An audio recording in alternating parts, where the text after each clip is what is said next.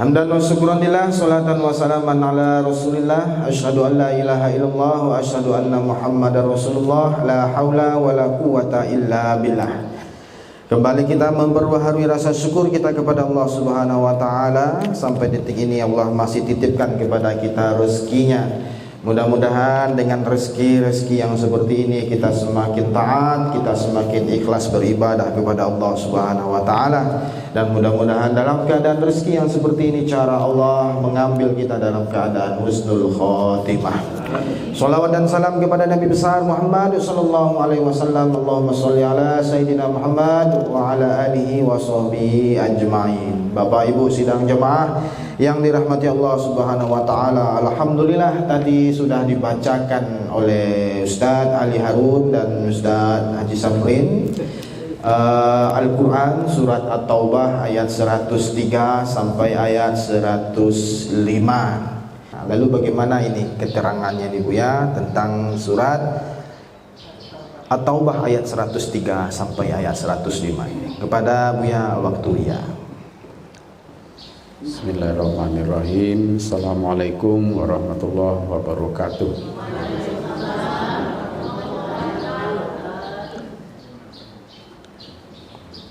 Khuz min amwalihim shadaqatan.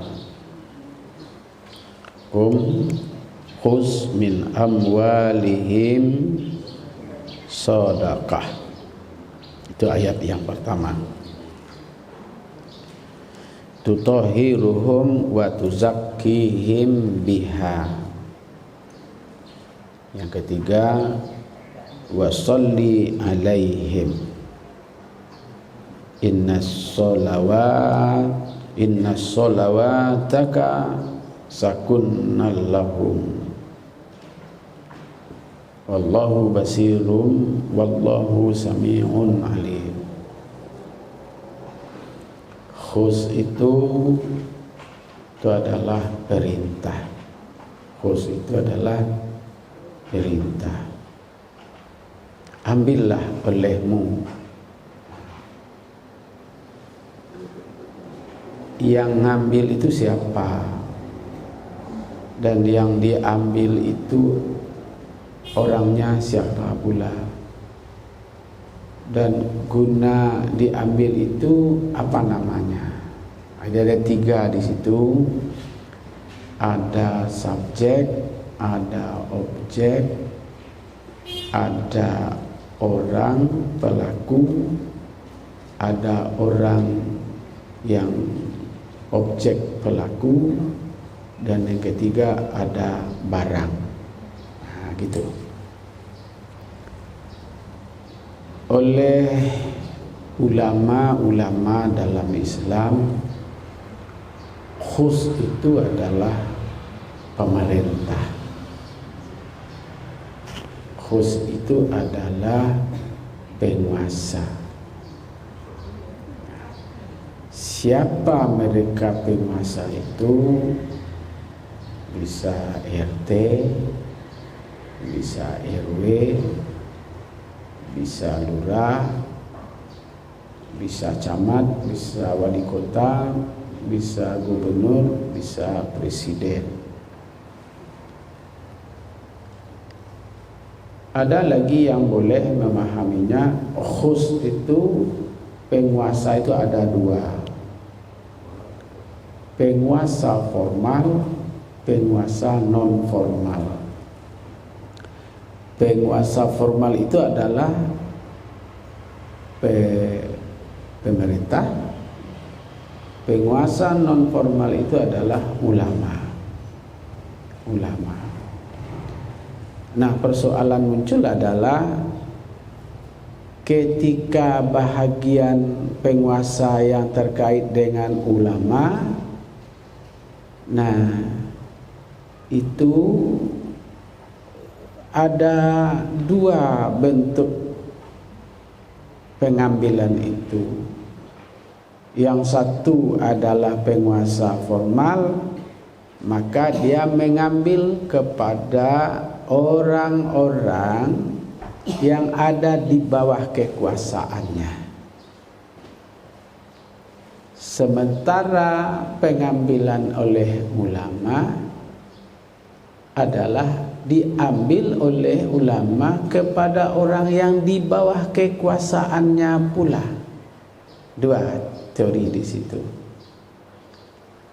Pengambilan oleh penguasa kepada orang yang berada di bawah kekuasaannya itu, misalnya wali kota, dia memerintahkan kepada jajarannya yang berada di bawahnya semua, mulai dari kepala dinas dengan jajarannya ke bawah,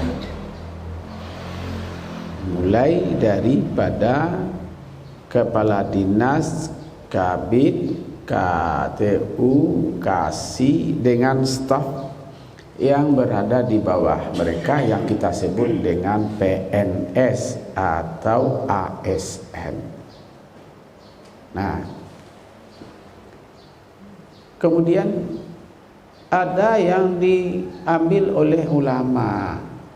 Oleh ulama itu ada umpamanya Muhammadiyah, ada namanya Tarbiyah Berti, ada namanya nanti Nahdien NU.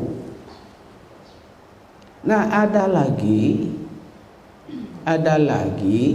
yang mengambil itu adalah yang mereka tunduk kepada aturan pemerintah, yang misalnya mereka punya yayasan, yang mereka punya kelembagaan seperti masjid atau musola.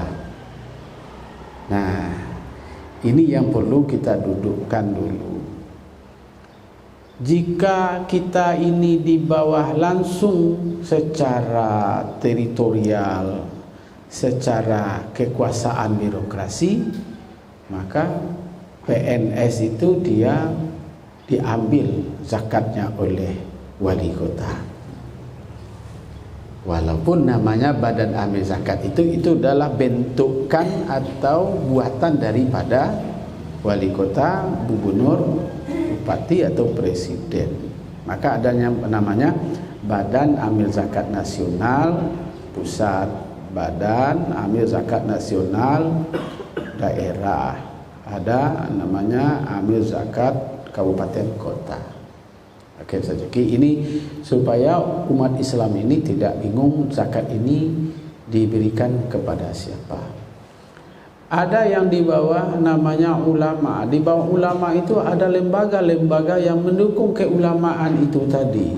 Apa itu? Tarbiyah Berti, NU, Muhammadiyah, Al-Wasiliyah.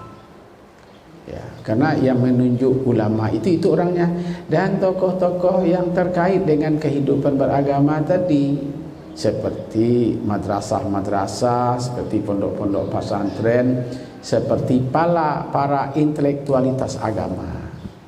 Kan itu yang menunjuk ulama. Lalu oleh ulama didelegasikan lagi kepada orang NU boleh membuat lembaga amil zakat. Orang Muhammadiyah boleh membuat amil zakat, orang Tarbiyah Berti boleh membuat amil zakat, sedekah, infak, wakaf. Nah, oleh karena itu, kemudian dalam penerapan keorganisasian tadi, dia ada ngumpul di masjid.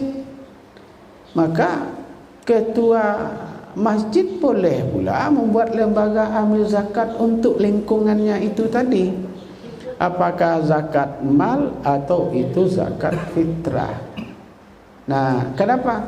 Karena itu adalah batas atau zona yang tidak boleh keluar dari lingkungan di mana pengurus masjid atau musola. Dia boleh. Bolehkah dia lintas kepada yang lain? Boleh saja. Ya, boleh saja. Nah, maka kata khus mempunyai makna yang sangat luas, mempunyai makna atau pemahaman yang sangat besar sekali. Nah, persoalan itu adalah, bolehkah saya menyerahkan zakat saya kepada orang miskin secara pribadi? Saya melihat ada orang miskin, saya antarkan zakat saya kepadanya tanpa melalui yang tadi, tanpa melalui ulama, tanpa melalui penguasa, tanpa melalui pengurus masjid, tanpa melalui organisasi. Saya cari orang-orang yang susah hidupnya, saya berikan zakat saya kepadanya. Pertanyaan, bolehkah yang seperti itu? Ada, kalau di kampung saya, kalau ada seorang engku atau guru agama yang mereka adalah mengajar agama, itu semua muridnya adalah berzakat kepadanya.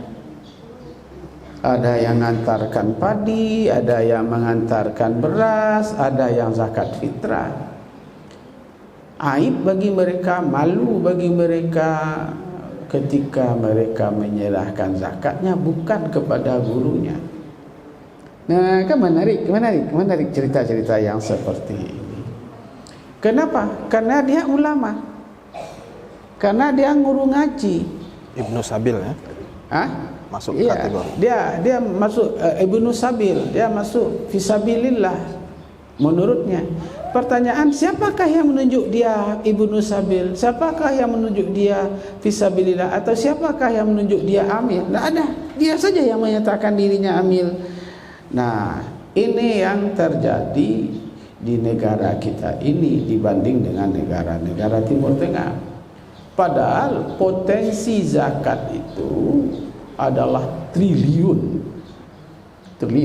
Zakat orang Indonesia saja kalau diolah secara benar, secara bagus, dia lebih besar daripada APBN, daripada APBD kabupaten atau APBD provinsi.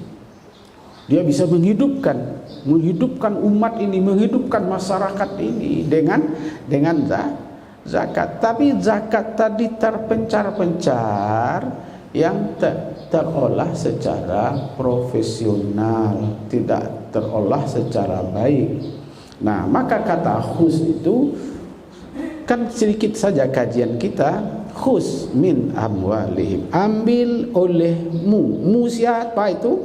Ada dari kalangan ulama, ada kalangan pemerintah, ada kalangan pecahan dari ulama tadi, lembaga-lembaga, masjid-masjid, yayasan-yayasan. Oleh karena itu, apa ujungnya? Zakat.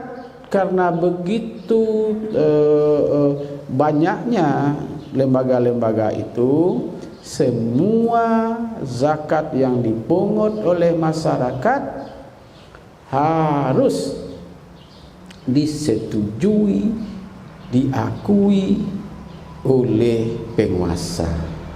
Jadi kalau gitu apa artinya? Saya umpamanya membuat badan amil zakat harus mengisi borang yang telah disediakan oleh pemerintah dan mendapat persetujuan untuk memungutnya, dan itu dilaporkan sekali setahun. Kalau di Kota Padang ini ada sekitar 1.400 masjid, ada sekian 400-an musola. Mereka secara aturan hidup berbangsa bernegara wajib melaporkan kepada badan amil zakat, kepada wali kota melalui badan amil zakat nasional. Itu yang benar. Tapi itu belum berjalan sebagaimana mestinya. Bukan pemerintah menutup-nutupi zakat itu dipungut, tapi dia tahu di daerah Pagambiran pendistribusian zakat sekian, lebih kerucut lagi di Masjid Darul Hikmah sekian, Masjid Kuatul Ummah sekian, Musola Nurul Haq sekian. Jadi jelas, oh kalau begitu uang terkumpul tahun ini sekian triliun atau sekian miliar. Nah, sebenarnya dengan zakat itu terentas kemiskinan. Nah, gitu yang saya ingin jelaskan dulu tentang kata khus. Kenapa? Karena ketika kami diamanahkan oleh pemerintah menjadi ketua Badan Amil Zakat Nasional Kota Padang itu, ya melakukan itu, sehingga perusahaan-perusahaan manapun harus kami tahu. PT Indaruang saja harus di-merger ke dalam Badan Amil Zakat Nasional, begitu. Bank-bank atau BUMND, BUMN misalnya, dia harus merger ke Badan Amil Zakat Nasional. Nah sekarang yang dari masyarakat bagaimana? Ini yang belum terkoordinir, ini yang belum teratur. Nah sampai begitu dalam menerapkan khus min amwalihim shadaqatan, ambil olehmu dari harta-harta mereka zakatnya. Nah, zakat itu ada haul, zakat itu ada nisab, zakat itu ada jenis-jenisnya. Ya. Zakat padi ada haulnya, ada nisabnya. Haulnya itu 1 tahun.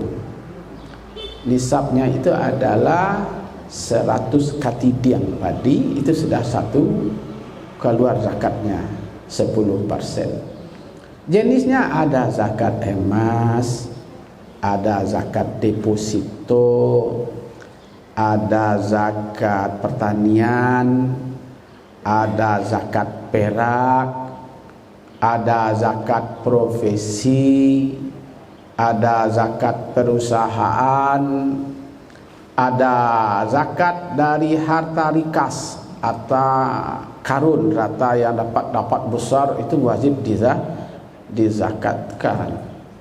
Nah, bapak-bapak, ibu-ibu, jika tidak sampai nisabnya dan haulnya, maka tidak ada zakat. Atau sampai haulnya, sampai nisabnya, sampai zakat, tapi haulnya belum sampai, nisabnya sampai, belum juga berzakat. Jika tidak terpenuhi, maka itu disebut dengan sedekah, disebut dengan infak, disebut dengan wakaf.